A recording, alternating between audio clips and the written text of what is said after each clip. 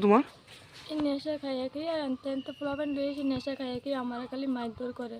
আমার তো কালকে রাতে মাইরে এলেতে লাগছিল, মাইরে সে আমার মারে সে বলে এরপরে বলে এটার বলে ইয়া এন থেকে যেটা হইব ওইটা পরে আমি জেল পাস করলো আমার কোনো সমস্যা নেই, আমার জেলও দিবি দিস, আমি ডরাই নাই তার জেল মেলে রে। এরপরে দেশে আমার দেশে পাড়া প্রতিবেশী আমি যখন চিল্লেছি এরপর পাড়া প্রতি মানুষে গিয়ে আমার বাঁচাইছে, নাহলে তো আমার কালকে মাইরে এলেতে লাগছিল। কেডা তোমার স্বামী? আমার হাজব্যান্ডের। কি সবসময় নেশা খায়? হ্যাঁ, সব সময় কুটা মুটা এটি কন্তনি খাইয়ে খাইয়ে সেই আমার মারধর করে। আমি অনাম পুলিশের সাহায্য চাইতেছি। তোমার বিয়ে হয়েছে কত বছর হয়েছে? যে 5 বছর হয়েছে আমার বিয়ে দিন হয়েছে। 5 বছর ধরে মানে জল জ্বালা যন্ত্রণা করতেছে। হ্যাঁ। তোমার স্বামীর নাম কি? সাইফুল মিয়া সরকার। হ্যাঁ, কি করে এমনি?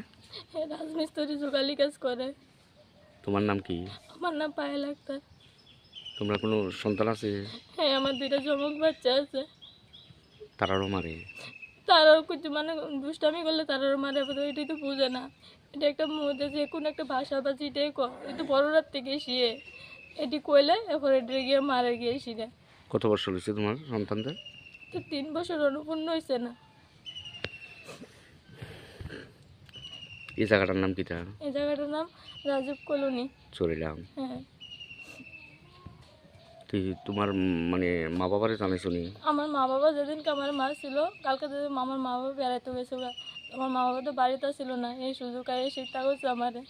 তারপরে আমি চিল্লাফাল্লা করানোর পরে পাড়াপতি মানুষ গিয়ে আমার বাঁচাইছে, নাহলে তো আমার কালকে মাইরে এলাম।